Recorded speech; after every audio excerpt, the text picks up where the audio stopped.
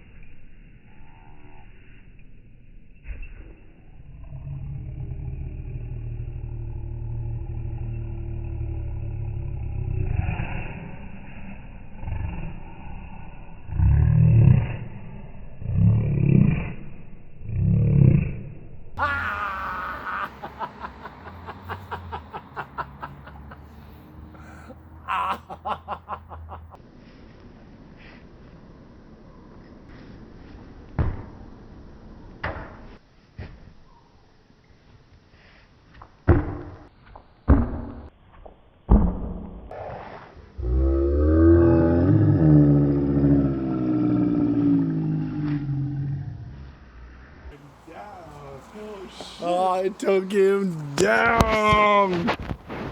You're done. Thanks, Dana.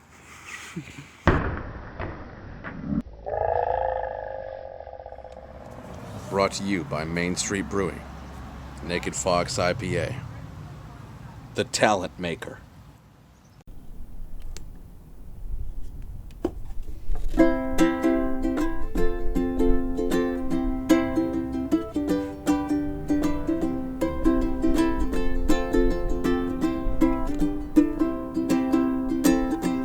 I'm all out of quarters for the phone. I was gonna call my friend up 'cause it's no fun drinking alone. If you were here, I'd buy you a beer if I had the bones. But you're not, so I'll have another. Guess it's not bad drinking alone. It's no fun drinking alone, no it's no fun drinking alone, no it's no fun drinking alone, no it's no fun drinking alone. No, it isn't, my friend. I see a cockeyed girl as my eye begins to roam. If I'm to see this merry land, I can't do it drinking alone. For who will hold my head above the throne? I've been puking for 3 hours, that's why it's no fun drinking alone. No, it's no fun drinking alone, no, it's no fun drinking alone, no, it's no fun drinking alone, no, it's no fun drinking alone. As I fare down that old cobblestone, no, I don't think I'd fall so much if I weren't drinking alone. Fair enough, my No, friend. it's no fun drinking alone, no, it's no fun drinking alone, no, it's no fun drinking alone, no, it's no fun drinking alone. It's no fun singing alone, yeah. No fun singing alone, yeah. No fun singing alone. No, it's no fun singing alone. It's no fun dancing alone, yeah. It's no fun dancing alone, yeah. No fun dancing alone, yeah. It's no fun dancing alone. It's no fun drinking alone. No, it's no fun. It's no fun drinking alone. I ain't having no fun No till fun now. drinking alone. Because It's we're no together. fun drinking alone. I said it. No fun drinking alone. No, yeah. No fun drinking alone. It's no fun drinking alone. It's no Fun drinking alone. Everybody, come on, man. No fun drinking alone. No fun drinking alone. It's no fun drinking alone. It's no Fun drinking alone. Song goes out to everybody. It's drinking alone. We're thinking about you. We're with you. From 2004 to 2006, Matthew Presidente and I performed 2 sets at a bar every Wednesday night called The Dufferin. The Dufferin was essentially the seediest gay bar in town. It had multiple rooms, like a karaoke lounge, stripper lounge, smoking room, cabaret outside the main bar, which is where we played. And they had the cheapest beer, like $6.75 for a jug cheap. I think it was called Winchester, and my stomach just turned just thinking about that.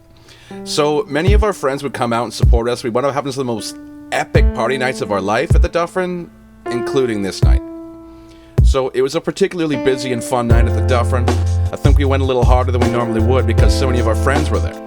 Those $6.75 jugs of Winchester were really flying off the shelves, I tell ya. So I lived a 45-minute bus ride from the venue, and the last bus back was at 1 a.m. So my friends from out that way and I would always grab the last bus home, and it was always really fun. It was almost kind of a party atmosphere because we knew most of the people on the last bus, and they were all drunk and knew each other, and it was all from the same small suburb and high school, and it was just fun. So being that it was such a fun night at the pub, we kind of lost track of time and wound up having to just drop everything we were doing and run to catch the bus. So we had to sprint a few blocks to catch the bus, and something my body was not ready to do was sprint. So I was trailing so far behind everyone else and basically gasping for air as my fat drunk ass ran for the bus, praying it didn't leave. So I don't know what happened at that specific moment, man, but my bowels voided themselves. Like explosive poop. It filled up my boxer shorts, and as I'm sprinting for the bus, I had this like diaper of poop around my body, and I had to get on the bus, but I just violently crapped myself. What do? Well, I had to get on, right? So I get on the bus, and I see my pals, and just my luck, they're sitting with like a group of 6 or so other friends that they all knew already, and everyone's talking and catching up and having a great time. So I'm like, oh great, a group of people to sit beside. So I walk down the aisle, and at this point, I know that I have to sit down to not draw any attention to myself, but I'm also super reluctant to sit because I know I'm gonna have to sit on this poop cushion that I just birthed. So I brace myself, and I grit my teeth, and I sit down, and there's like this audible noise, like, and I just played it cool. I joined in on the conversation. Everyone was talking about the Vancouver Giants or whatever. And it was at this point that one of the guys in the group said, like, did one of you guys step in dog shit? It smells like shit. And me being like super king smooth looked at him and said, like, I know, right? It reeks. Oh. Then in a very, very exaggerated way, I looked at my shoe and like made sure everyone saw me looking at my shoe. And then I showed them all the bottom. I was like, no, it's not me. Couldn't possibly be me. And so they didn't know. They were none the wiser. So here they are having a regular night, not even realizing their friend's friend is sitting on a man-made mountain of Winchester immediately to their right. So this conversation about the source of the poop smell sprinkled through the conversation through like the entire bus ride home, but never really received any answers. Luckily by that time I'd finally arrived home at my stop. So after slowly peeling myself off the bus seat, kind of like when you remove the seal on a fresh container of yogurt, I sauntered down the aisle and I left the bus, thanking the driver, and I immediately just disrobed. I left those underpants right there in that parking lot, never to speak of them again. Until now. Sometimes I wonder if those guys ever wake up in a cold sweat at night, thinking about that night, racking their brain as to how it smelled so much like poop, with ever receiving any closure. The only thing I know for sure is that night was the shit. Lasagna, I love you, lasagna. I love you, lasagna. Love you with food, you're covered in fur. I love you, lasagna. I love you, lasagna. I love you, lasagna.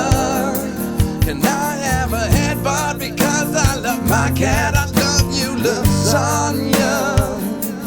Love you, lasagna. I love you, lasagna. I'm missing your meow, the feel of your brow. I love you, lasagna.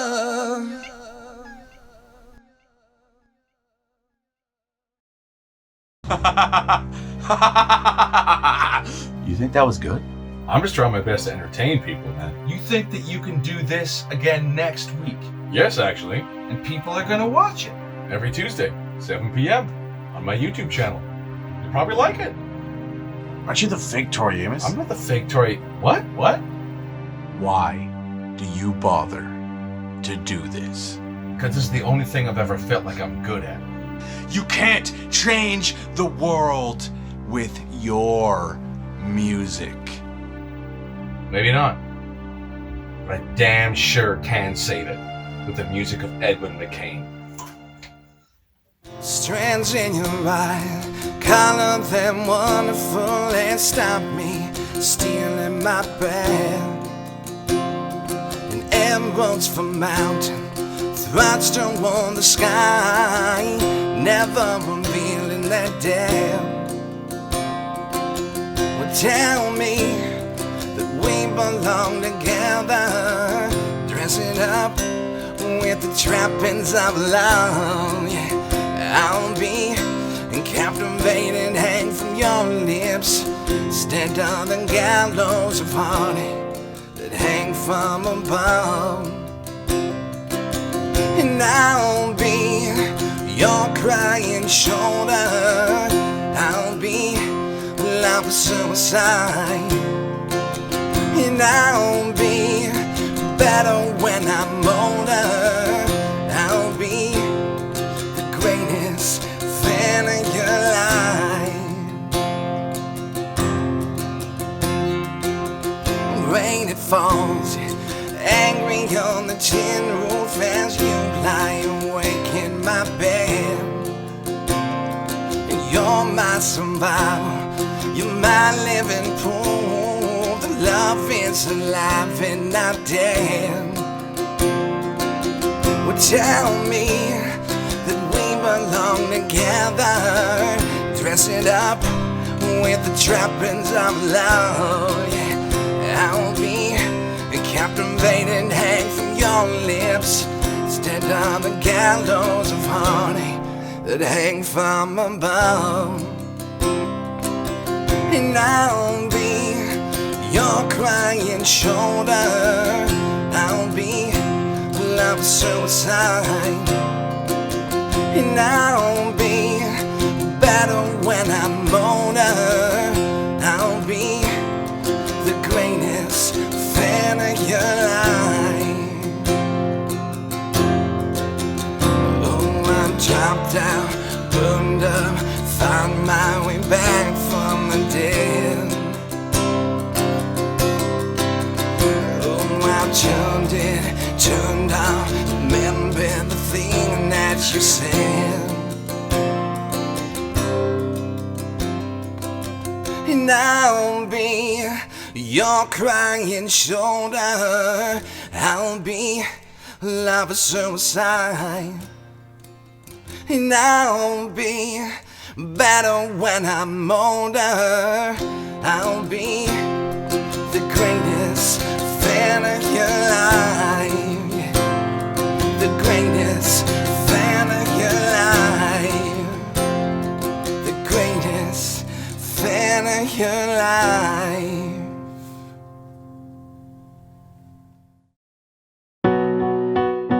was midsummer 2016. My band Pedwell was actively gigging as regularly as we could for my album Get That Thing. We had the pleasure of performing at a place called Kate's Park in North Vancouver, which is basically a stage set up in the park so families can come down and have a picnic and enjoy a free concert. And I must have gone straight from work that day for my kitchen job, because you can see in the photos that I'm wearing chef pants and an old Chimera t-shirt, and it's, let's just say, not the most fashionable stage outfit. So it was a stunning day outside, not a cloud in the sky, beautiful blue sky, and we're performing alongside the water. It was a really amazing setting for a gig. So we sound checked and we got our gear set up as the families with their chairs and blankets started filing in for the afternoon concert. And as we started the show, everything felt really good. Our sound on stage was good, and it felt awesome to play a show out in the sun with the wind in my hair like I'm Hasselhoff. And we started with Strung Out Forever and played all the songs from that album and some other miscellaneous stuff like Better Than Jane and Sweatin'. The crowd was, I remember, kind of taken aback by how much of a hard rock edge we had compared to a lot of the other acts in the series, but they stuck around, for now, at least. So our second to last song was Unforgettable. And for at least us on stage, that definitely was unforgettable, because unfortunately, Alec blew out a string towards the beginning of the song, and so he went to go grab his backup guitar. Now Alec isn't here to defend himself, to be fair.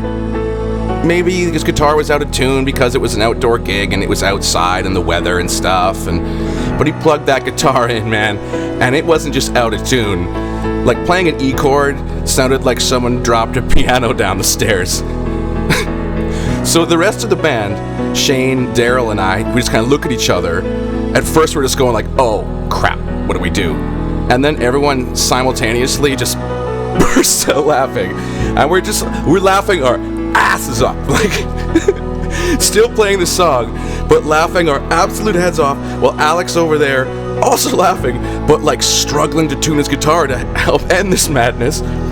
So it's at this point that he clicks on his tuner, but since it's such a beautiful sunny day outside, he can't see the LED lights on it to tell him if he's in tune. So Alec, he knows the show must go on. So so he starts tuning out loud, fully distorted over our playing of the song. Bang, bang, bang. And it sounded like there was 3 songs happening at once here. The song we were playing, the song Alec was playing, and the sound of the few families left packing up all their stuff to head home. So at this point, I look over at Shane, and he's literally keeled over, struggling to play his bass because he's laughing so hard. He looked like he was in physical pain.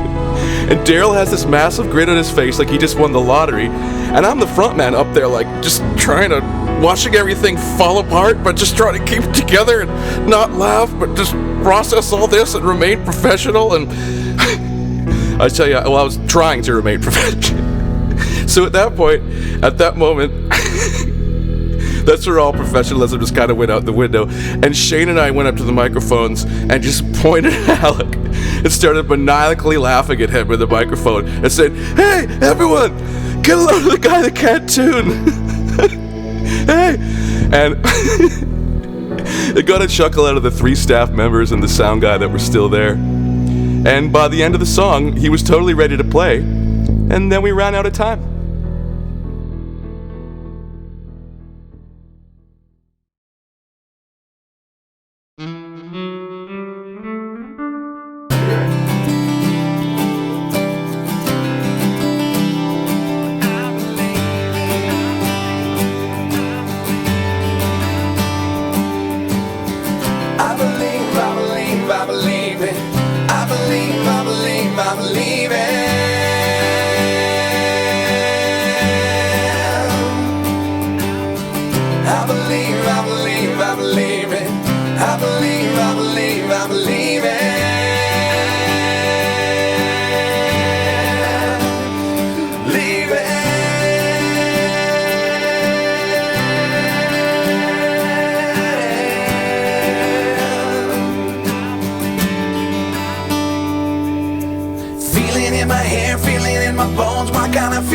Suffering. I gather all my money, gather all my things, put them in a hole and run away. And I'll be taking my ball and I'll be going home. 'Cause it hit me in the feels, got me spinning on my wheels, but the target still remains, and I believe it.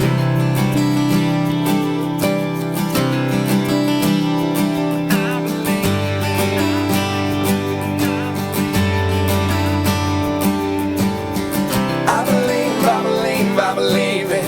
I believe, I believe, I believe it.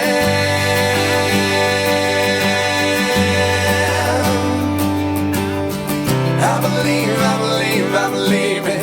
I believe, I believe, I believe it.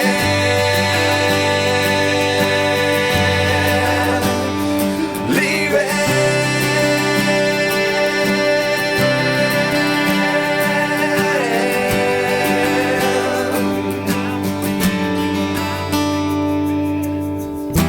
Complicated, overrated, dead in my soul.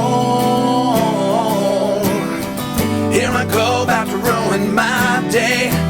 Understated, captivated, dead in my soul. Here it comes, about to do it my way. I can feel it now, feel it coming down. Therapeutic sound, aggravated, so irate, yet dead in my soul.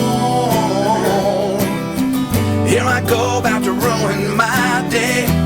Understated, captivated, dead in my soul. Here it comes, about to do it my way. I believe, I believe, I believe it. I believe, I believe, I believe it. Everybody hear me? I believe, I believe, I believe it. I believe, I believe, I believe it. Everybody hear me? Leave it.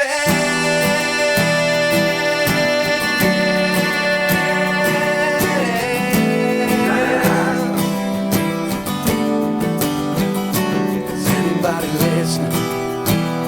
Is anybody listening? Can anybody hear me? Can anybody hear me? Is anybody listening?